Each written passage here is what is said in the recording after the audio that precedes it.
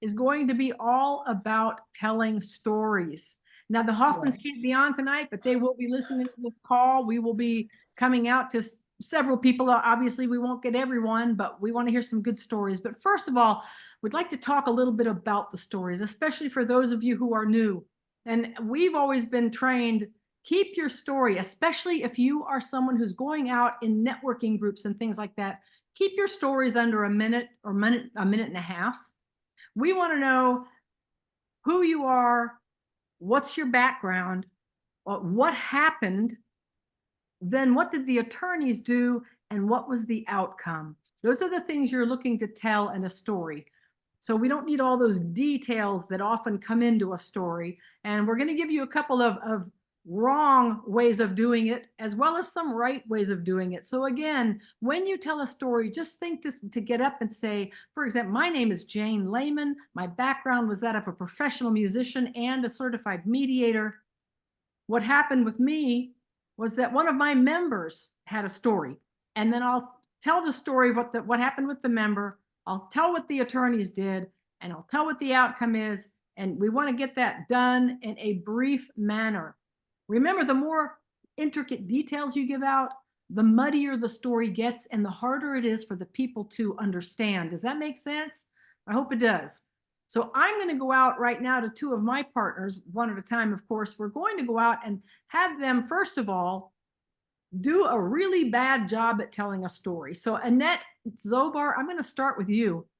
And if you would just tell us a story the way you would never, ever tell it, but the way we often hear stories told. So let's start with Annette. Annette. Hi, I'm Annette Zobar. I live in Gulfport, Mississippi. My husband and I used to live in the Chicago area, and we moved down here a couple years ago, and we got rid of a bunch of furniture. And so we're kind of redecorating our new house. And so I've gotten to the point where I've been loving going out and buying like old stuff and then painting it. And a few weeks ago, I found this store that sells this real nice paint that you could paint furniture with. So I went to the store, and it was really a nice store. I was really kind of pleased with it. I'm going to be going back there to get some stuff. But, I bought some paint and put it on the credit card. And when I was driving home, I kept thinking, that paint seemed more expensive than I thought it was. So when I got home, I dug out the receipt from my purse and looked at it and found out they charged me a 10% credit card processing fee. And I thought, wow, that's a lot.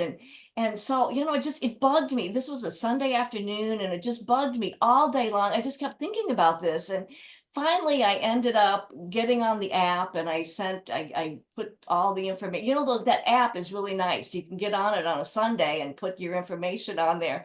And so anyway, I got this, you got the point. This is a really good story. Thank you. Thank you. Telling it. I can't go on. Good. Okay, give us the story the way you would tell it in a networking group. Hi, my name is Annette Zobar. I'm from Gulfport, Mississippi. My background is a QuickBooks consultant. A few weeks ago, I went into a store I hadn't been into before, bought something. On the way home, I kept thinking that, that price seemed more than I thought it was. When I looked at the receipt, I found out they charged me a 10% credit card processing fee, which I thought was really high. So I thought about it for a while. It was Sunday afternoon. I tapped the app. I sent off a copy of the receipt with a question, scheduled a time for the attorney to call. The attorney called back during the appointed time, verified that that was illegal, what they did. And we discussed 3 different options for me to take. And I made a decision on taking one of the options, and I was able to get it resolved. Awesome. Do you see how much easier that was? We didn't have to hear about her moving from Chicago first. Wow. Some of our stories get really long. That was good. So the next one, I'm going to go out to Lee Perry, and this is the second time and only time we'll do this. Then we want to hear really good stories. So Lee Perry, what is your bad version of a story? Well, this is Lee Perry, and I do a ton of networking in Evansville, Indiana. And I met this guy who works for a technology firm, and we decided to do a one-to-one, and we finally got it scheduled. And after I talked to him a little bit about Legal Shield, I think he decided to get it. You know, how bad could it be? And so he had a situation with a rental car company that he had rented a car, and he was at LAX. And if you guys have ever been there, you know, the rental car companies are all like 2 streets back over behind the airport. And if you don't know where you're going, there's always construction there and you can't find your way around. And he was running late for his, okay, I'm going to stop, Jane. I can't keep doing that. Oh, good. I know it's hard, isn't it? So now let's give us the real story. Yeah. This guy, Yeah, Tom, yeah, did a yes. fantastic shout out for me at one of our networking meetings. The deal is he rented a car. It should have been $175. He ended up getting charged $3,000 on his credit card, spent about 6 hours on 22 phone calls, numerous emails trying to get it resolved, signed up for Legal Shield, scheduled the appointment, had all his information uploaded to the law firm, had a 10-minute conversation with his home law firm. And they said, since that's in California, I really think you need to work with the California firm. Had a 10-minute conversation with them. She wrote 1 letter in 10 days. He was credited back the $2,800 they owed him. Back to you, Jane. All right. Hope He everybody said he's gets Legal this. Shield for life. Yay. That's what we want to hear. Legal Shield for life. Does everyone get the gist? Get the idea that when you leave out all these extraneous details, you know, what was on the menu, whatever it was, leave it out, because people forget then what you were talking about. So let's go out, and I'd like to see people raise their hands, if you could, using your reactions on the computer so that we can see who you are. There are a lot of seasoned associates on here: Teresa, Gloria, Gwyneth, all these people, Karen. If you would be willing to tell a story, we would love to hear about it. So if you can raise your hand, it puts you up in the top left of the screen. That way we can see who's in line to tell a story. So while you're doing that, I'll tell you the story I often use for myself.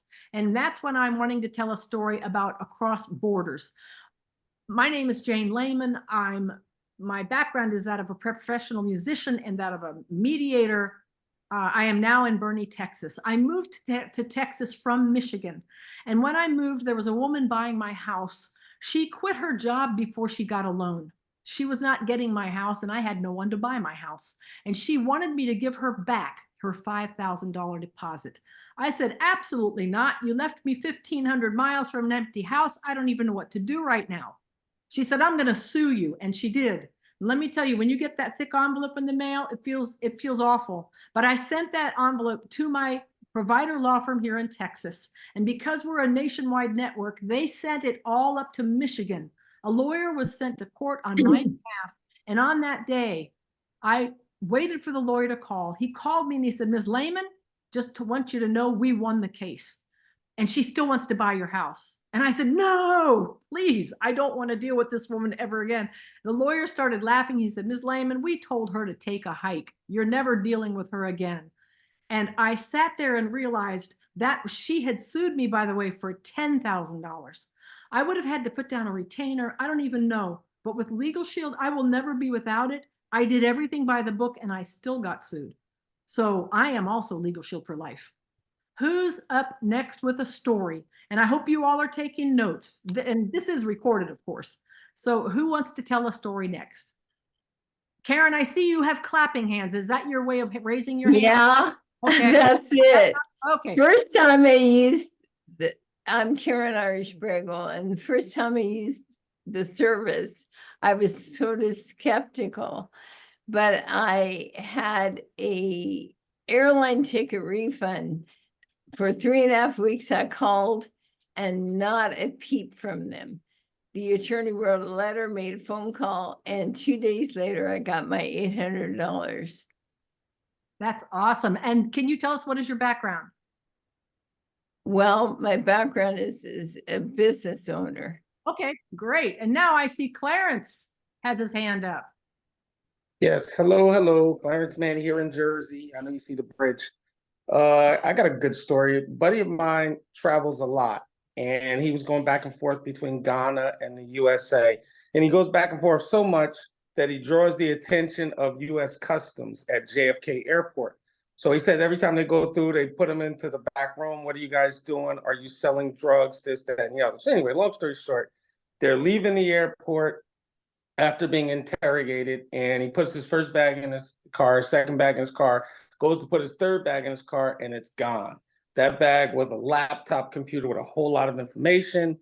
So he called he had a special software on that laptop where he could see if he logged in from a different area.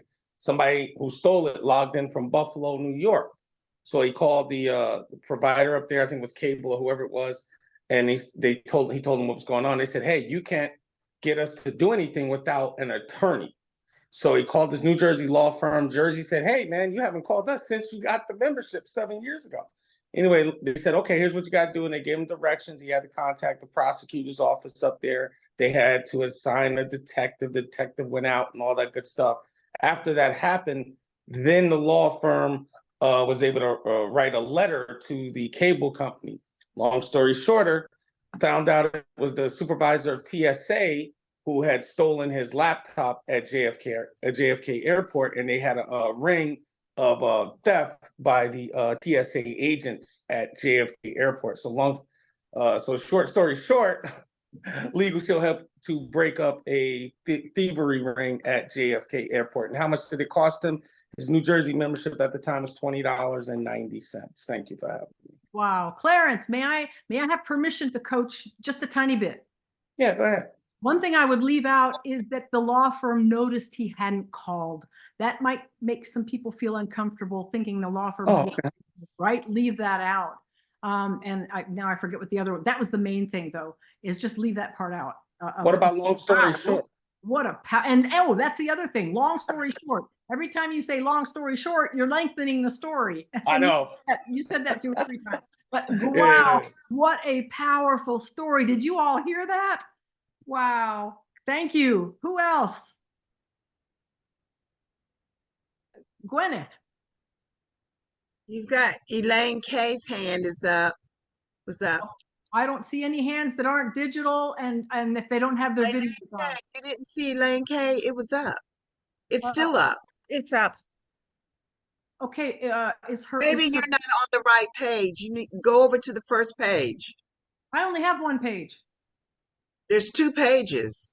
Yeah, open the participants, Jane, and the Yeah, I am. participants on the side. Elaine will pop to the top. She's right up I underneath do see you. it. Okay. Oh, I see. We her have video. 3 pages now. Got it. If your video's not on, it's hard to see unless we have the. So there's Elaine. Sorry about that. You're up. Let's do this. I'm wearing the face God gave me. I've never told this story, so I'm going to enjoy telling it because it's a real life experience. We do a lot of traveling, my husband and I, and we were staying at a roadside motel. It was only about $60 a night, roughly.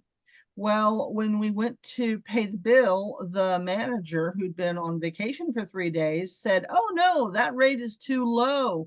We don't offer that rate." And this is a corporate chain. They said, no, she doesn't have the right to change a guaranteed reservation. And so she tried to charge me 3 times what the rate was. So luckily the credit card did not go through for the extra $1,000 charge.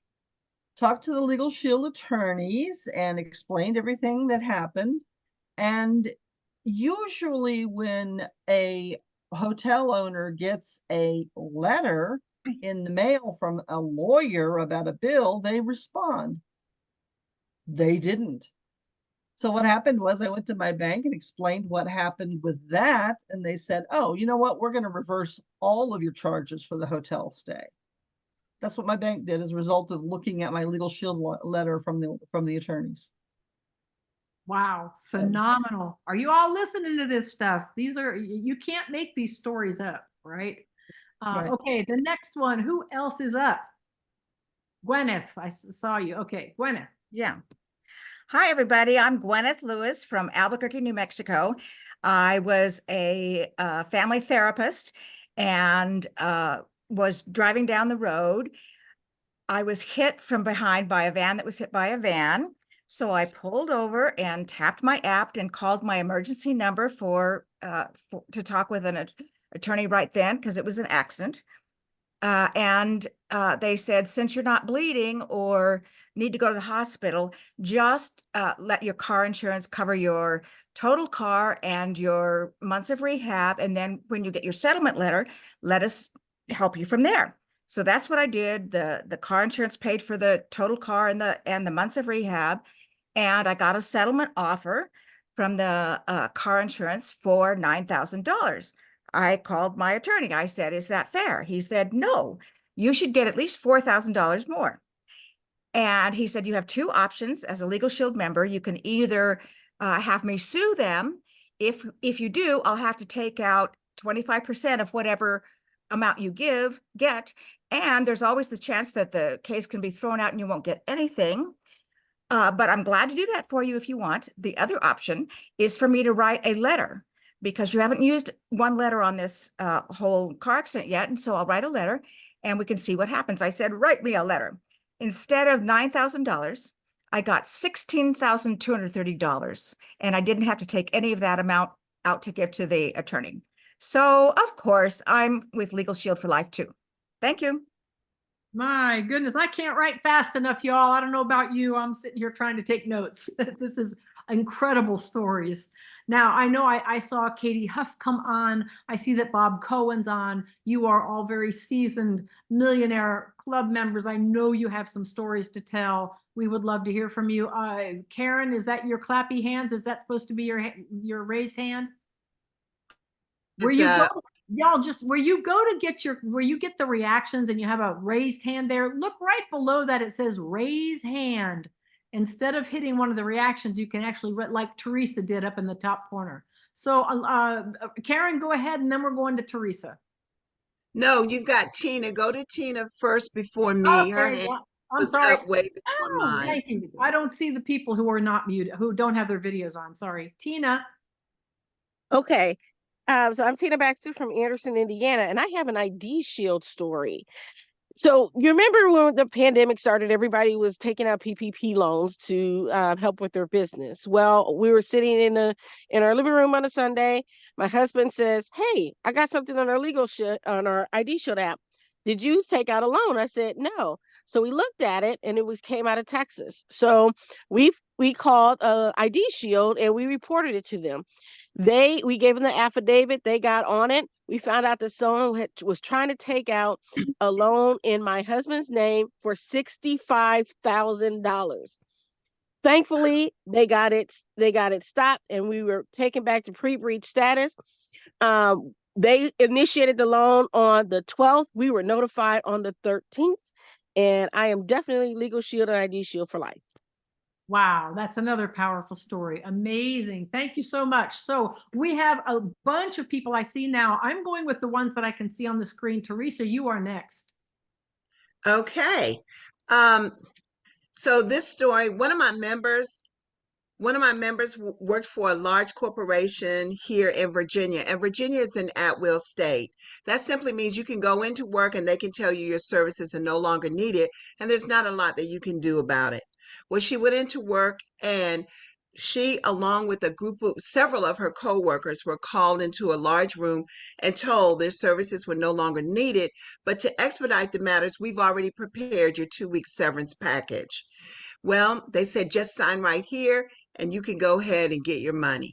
She did not feel right about that. She sent it over to the law firm. They reviewed it, and they were so upset about it because this company knew good and well that they could not do that.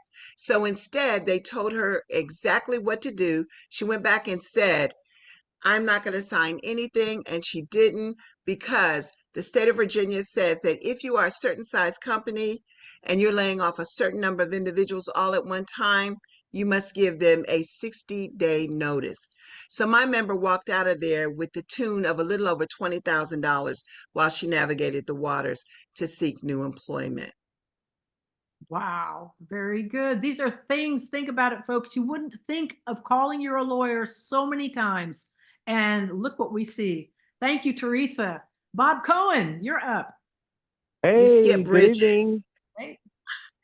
Can you hear me? Hey, again, you guys, I'm going with the people that I can see on Jane, the screen. Jane, why don't I call the name out for you? Either that or you can go under view and you need to change your setting over there because Well, I you've can got see it.